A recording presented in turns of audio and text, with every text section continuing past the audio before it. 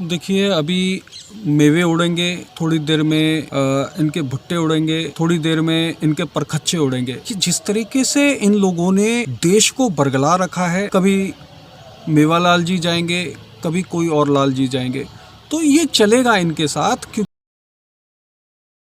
नमस्कार दोस्तों, एक बार फिर से आप सभी का स्वागत है DS4 न्यूज में। दोस्तों, हम सभी जानते हैं कि हाल ही में बिहार में चुनाव हुआ और काफी जोड़ तोड़ और काफी मशक्कत के बाद एनडीए ने अपनी सरकार बनाई, ये सभी के सामने था। जैसे कि हम सभी देखते हैं कि बिहार में जिस तरीके से तेजस्वी यादव की रैली में जो भीड़ उमड़ पड़ी थी, साफ साफ तो यही लग रहा था कि लगता है कि इस बार कुछ बदलाव है वो जनता करेगी, बदलाव के मूड में जनता ने कुछ ऐसा निर्णय लेगी। लेकिन सोचने वाली बात यह है कि जब अंततः जब एक फैसला आता है, जब एक चुनाव का रिजल्ट आता है, तो उसमें देखने को ये मिलता है कि एनडीए ने अपनी सरकार बना ली।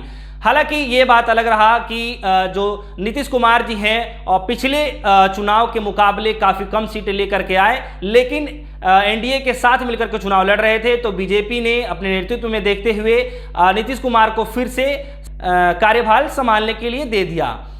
अब एक सबसे बड़ी खबर ये आ रही है अभी की कि नीतीश सरकार में जो शिक्षा मंत्री मेवालाल चौधरी जी हैं, उनको कार्यभार संभालने के लिए दिया गया था शिक्षा मंत्री के पद पे।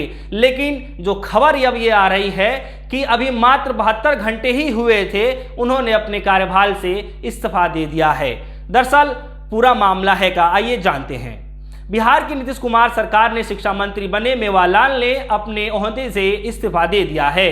मेवालाल ने आज ही ओहदे की जिम्मेदारी संभाली थी और बताया जा रहा है कि भ्रष्टाचार के इल्जाम के चलते उन्हें इस्तीफा देना पड़ रहा है। नीतीश सरकार के शिक्षा मंत्री मेवालाल चौधरी ने गुरुवार को अपने पद से इस्तीफा दे दिया। चौधरी ने आज ही अपना कार्यभार संभाला था। मेवालाल 72 घंटे भी मंत्री पद पर नहीं रह पाए और इस्तीफा दे दिया।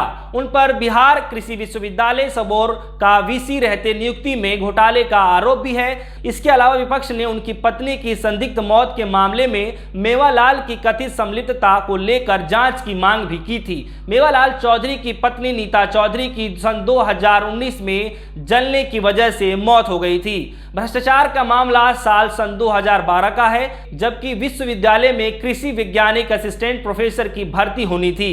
उस साल 281 पदों के लिए विज्ञापन निकाला गया था। परीक्षा के बाद 166 लोगों की नियुक्ति हुई थी। इसके बाद से ही नियुक्ति मामला विवादों में है। आरोप लगे हैं और आरोप लगने के बाद जो खुलासा हुआ है कि परीक्षा में जिसे कम नंबर मिले उसे पार करा दिया गया था और जिसे अधिक नंबर मिले थे उसे फेल करा दिया गया था। कृषि विश्वविद्यालय में नियुक्ति घोटाले का मामला सुबेर थाने सन 2017 में दर्ज किया गया था। हालांकि इस मामले में उन्होंने कोर्ट से अग्रिम जमानत मिल गई थी और अभी तक कोर्ट में उनके खिलाफ चार्जशीट दाखिल नहीं की है। इन आरोपों को लेकर चौधरी ने कहा कि मेरे खिलाफ कोई चार्जशीट दायर नहीं हुई है, न ही मेरे खिलाफ कोर्ट की तरफ से आरोप सिद्ध हुए हैं। इससे पहले शिक्षा मंत्री बनाए जाने पर आरजेडी के राष्ट्रीय अध्यक्ष लालू प्रसाद यादव ने चौधरी पर हमला बोला था। लालू प्रसाद यादव के आधिकारिक ट्विटर हैंडल से ट्वीट कर कहा था कि तेजस्वी जहां पहली कैबिनेट में पहली कलम से 10 लाख नौकरियों देने का प्रतिबद्ध था, वहीं नीतीश ने पहली कैबिनेट में नियुक्ति घोटाले करने वाले मेवालाल को मंत्री बना अपनी प्राथमिकता बता दिया।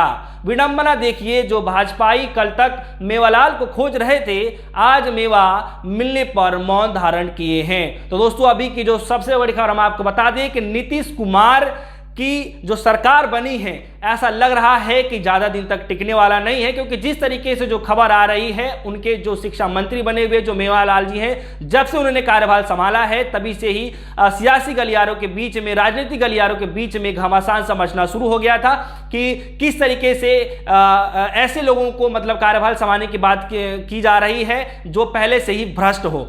आइए देख लेते हैं और सुन लेते हैं राम सेना के अध्यक्ष विष्णु विनोद महाराज जी का इसके बारे में क्या कहना है, जिस तरीके से उन्होंने अभी हाल ही में अपने पद से इस्तीफा दे दिया। स्वामी जी, ये बिहार में जो मेवालाल चौधरी का इस्तीफा हुआ है, इसके बारे में क्या कहेंगे आप? देखिए, अभी मेवे उड़ेंगे, थोड़ी देर में इनके भुट्टे उड़ेंगे, थोड़ी देर में इनके परखच्चे उड़ेंगे कि जिस तरीके से इन लोगों ने देश को बरगला रखा है, देश को गुमराह कर रखा है, देश को निरंतर बेवकूफ़ बनाया जा रहा है। कभी मेवालाल जी जाएंगे, कभी कोई और लाल जी जाएंगे। तो ये चलेगा इनके साथ, क्योंकि कहीं ना कहीं इन लोगों ने जो भी समीकरण अपनाए हैं इस देश के लिए, आप देखोगे ये हर जगह फेल हुए हैं और ये पास दिखाने की कोशिश करते हैं। माइनस जीडीपी चली गई, इन्होंने ठीकरा फोड़ दिया कोरोना पे। कोरोना महामारी है तो लोग बगैर दवाई के ठीक कैसे हो रहे हैं? अभी तक कोई वैक्सीन नहीं है फिर भी ठीक हो रहे हैं। तो ये संदेह के घेरे में तो खुद खड़े हैं। अगर महामारी है तो लोग ठीक कैसे हो रहे हैं, और ठीक हो रहे हैं तो फिर महामारी कैसी? तो ऐसे बड़े विषय हैं। देश का सारा सोना इन्होंने गिरवी रख दिया और बहुत बड़े बड़े संसाधनों को इन्होंने बेच दिया। सरकारी कर्मचारियों के साथ ये निरंतर गलत करते चले आ रहे हैं। अब गलत का समीकरण कहाँ तक चलाएंगे? अब देश की जनता को कहाँ तक लूटेंगे? तो यही सोचने का एक विषय है कि इनके मंत्रिमंडल में फूट पड़ेगी, क्योंकि उनको उनके मुताबिक चीज़ें नहीं मिलेंगी तो मंत्रिमंडल भगता हुआ नज़र आएगा। तो कभी ये नीतीश के ऊपर डालेंगे कि भाई नीतीश के मंत्री थे, या कभी नीतीश इनके ऊपर डालेंगे कि भाई मैं पूर्ण बहुमत में नहीं था, गठजोड़ में था, इसलिए मेरे को यहाँ भारतीय जनता पार्टी की वजह से नुकसान मिल रहा है। तो ये तोड़ो फोड़ो की राजनीति करते चले आ रहे हैं। देश को इन्होंने हिंदू मुसलमान के नाम पे तोड़ दिया, हिंदुत्व के नाम पे देश को बांट दिया। क्या आज जो देश बर्बाद हो रहा है इसमें हिंदू बर्बाद नहीं हो रहा, निरंतर हिंदू बर्बाद हो रहा है। तो समझने योग्य बात ये है कि देश की इतनी बड़ी बर्बादी हो रही है, उसके बावजूद भी जनता इनको वोट दे रही है। मुझे तो लगता नहीं कि जनता इन्हें वोट देगी, तो इनको वोट कैसे मिल रहा है? तो ये सारे समीकरण इनके सेट हैं। निर्वाचन आयोग इनके साथ है। देश के बड़े बड़े संसाधनों को अभी राष्ट्रपति भवन में भी इन्होंने बहुत बड़ी चेंजिंग करी, और इसके बावजूद आप देखेंगे सुप्रीम कोर्ट में बहुत बड़ी चेंजिंग की। तो ये इतने बड़े बड़े अमेंडमेंट कर चुके हैं इस देश में, इतनी बड़ी बड़ी खाई पैदा कर चुके हैं कि जैसे ही धीरे धीरे, वैसे मेन स्ट्रीम मीडिया इनकी बातों को खोलना नहीं चाहती, इनको दबा करके चल रही है, लेकिन कब तक नहीं खोलेगी? क्योंकि यहाँ पर मेन स्ट्रीम के अलावा सोशल मीडिया भी एक्टिव हो चुकी है देश में, और सोशल मीडिया अपना काम कर रही है, लेकिन ये फिर भी बहुत दबाने की कोशिश कर रहे हैं इस देश को। मुझे लगता नहीं कि अब देश बहुत ज़्यादा दब पाएगा, या देश जो ये निरंतर बेचते चले आ रहे हैं, कहीं ना कहीं कोई ऐसी लहर जरूर आएगी। और मुझे ऐसा लगता है कि विपक्ष में भी कुछ ऐसे लोग बैठे हुए हैं जो इनके दलाल हैं, जो विपक्ष को कभी उठने नहीं देना चाहते, और यहाँ पर विपक्ष को भी सोचना पड़ेगा। और विपक्ष भी इस पर समीक्षा बैठक भी कर रही है कि जल्द ही कुछ ऐसे बड़े फैसले ले लिए जाएं। कुछ ऐसे बदमाश लोग हैं जो पार्टी में आकर के कांग्रेस में बैठ चुके हैं, उनको हटाने का काम भी मेरे को लगता है जल्दी कांग्रेस हाईकमान लेगी।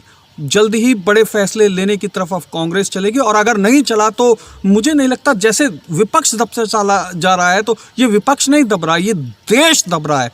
और इस देश के दबने का खामियाजा पूरे, मैं कह सकता हूँ कि एक एक व्यक्ति को भुगतना पड़ रहा है। यहाँ पर चाहे वो हिंदू हो, मुसलमान हो, सिख हो, ईसाई हो, कोई भी जाति हो, कोई भी वर्ग हो, कोई किसी भी धर्म का व्यक्ति हो, सभी इसमें डूबते चले जा रहे हैं। तो ये किसी के हित के लोग नहीं हैं। कभी भी आप देखेंगे जो असुर होता है वो किसी का नहीं होता, वो अपने परिवार का, अपने खून का, अपने बाप का भी सगा नहीं होता। तो मुझे तो लगता नहीं कि ये जो पार्टी है किसी की सगी हो सकती है, क्योंकि जब ये अपने परिवार के नहीं हुए तो ये आपके क्या होंगे।